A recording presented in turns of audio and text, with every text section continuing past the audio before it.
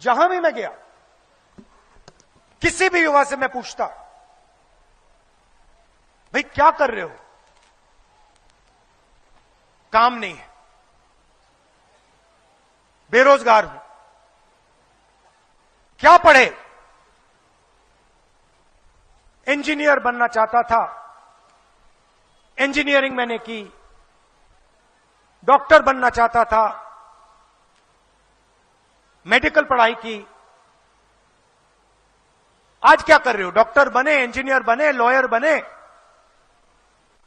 चुप हो जाते थे, मुंह से कुछ निकलता ही नहीं था।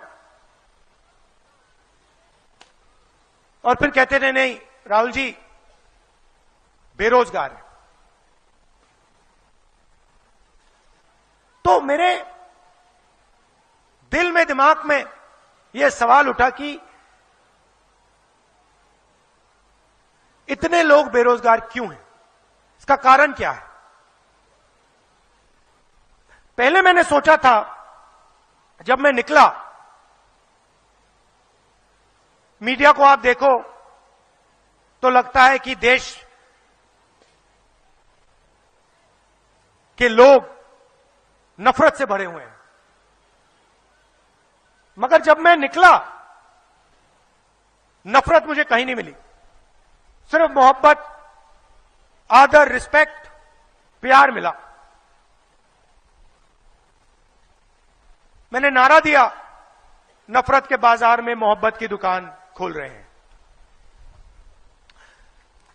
तो सबसे बड़ा सवाल हमारे सामने, और अच्छा एक और बात, जब मैं युवाओं से मिलता था, बेरोजगार युवाओं से मिलता था,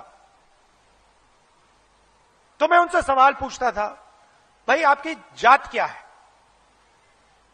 पता नहीं आपने नरेंद्र मोदी का भाषण देखा या नहीं। 2-3 दिन पहले उन्होंने कहा,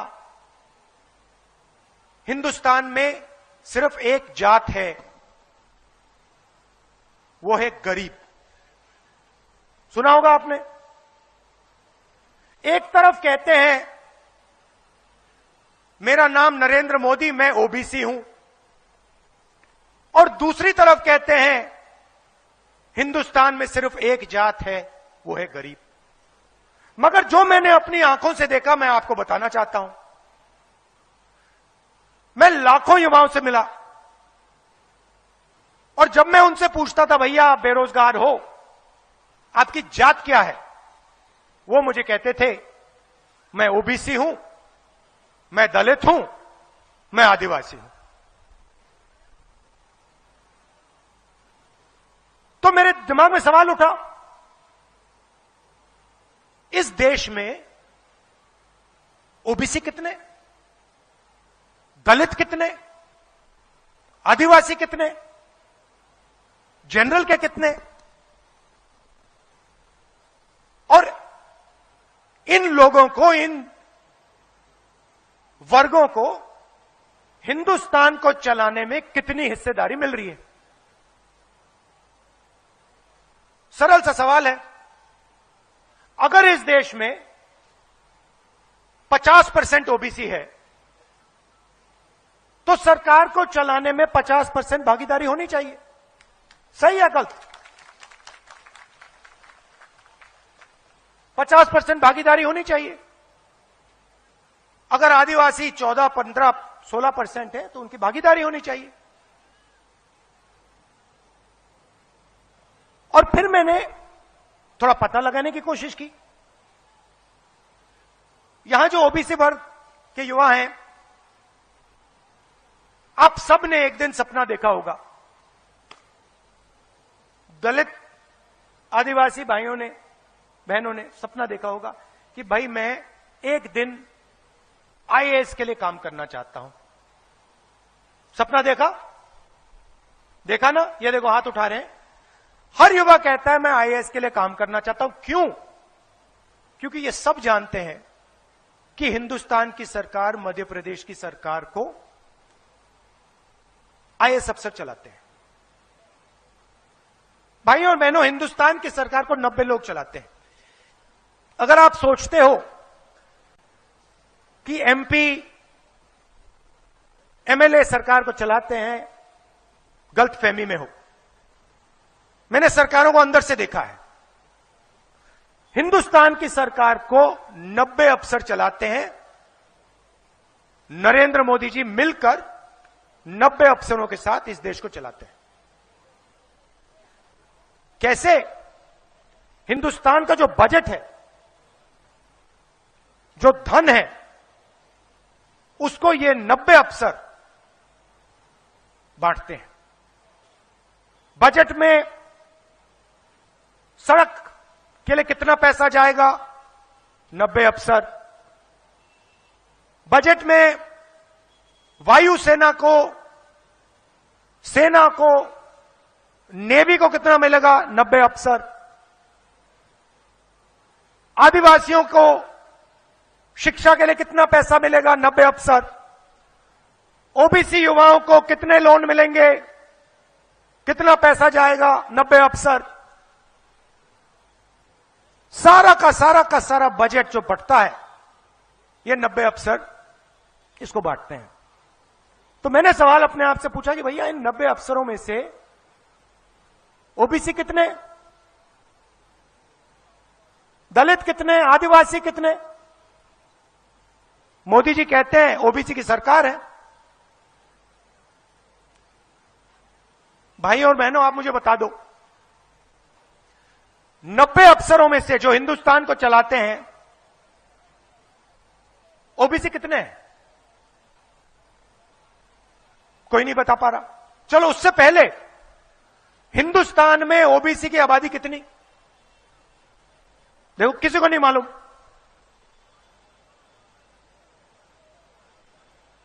हिंदुस्तान में ओबीसी की आबादी कितनी, किसी को नहीं मालूम।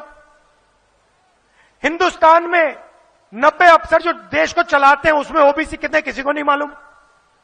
अच्छा भैया ये बता दो, हमारा जो बजट है लाखों करोड़ रुपए का, उसमें ओबीसी अफसर कितना निर्णय लेते हैं? कोई नहीं बता पा रहा। सन्नाटा है।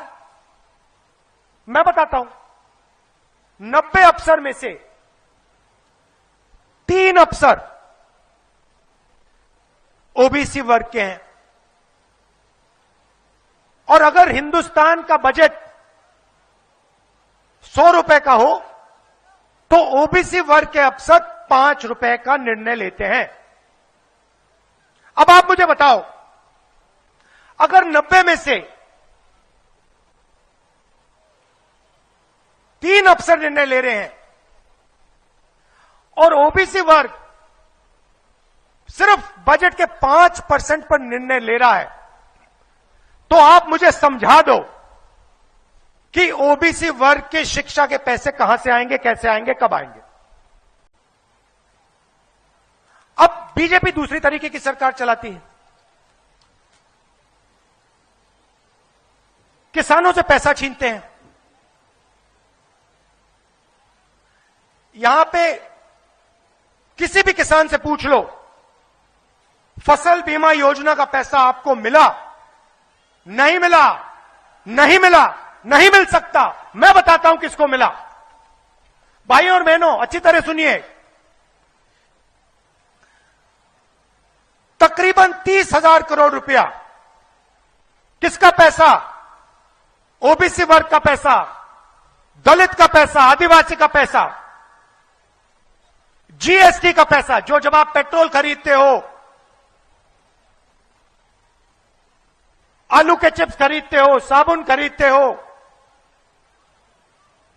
किसान औजार खरीदते हैं, जो आपके जेब से पैसा निकलता है, जीएसटी का पैसा 30,000 करोड़ रुपए फसल बीमा योजना में गया। ठीक है,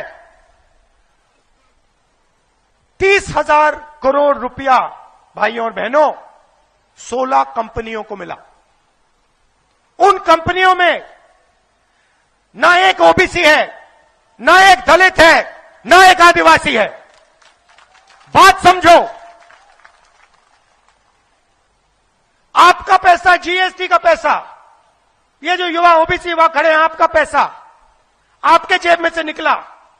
आपको कहा गया प्रधानमंत्री फसल बीमा योजना लाएंगे आपके लिए। क्या होगा? तूफान आएगा, खेत का नुकसान होगा, आपको बीमा मिलेगा। आपने अपने पैसे भी डाल दिए उसमें। एक तरफ जीएसटी से आपका पैसा गया तकरीबन 25,000 करोड़ रुपया, दूसरी तरफ आपने डाल दिया तकरीबन 3,000-4,000 करोड़ रुपया आपका गया। कहां गया? 16 कंपनी में। मैंने पता लगाया 16 कंपनी की मैनेजमेंट में आपको एक ओबीसी नहीं मिलेगा, एक दलित नहीं मिलेगा, एक आदिवासी नहीं मिलेगा। तो हुआ क्या? आपके जेब में से पैसा गया, और जब आपको जरूरत पड़ी, जब ओबीसी किसान का नुकसान हुआ, उन्होंने आपको कहा भैया ईमेल कर दे।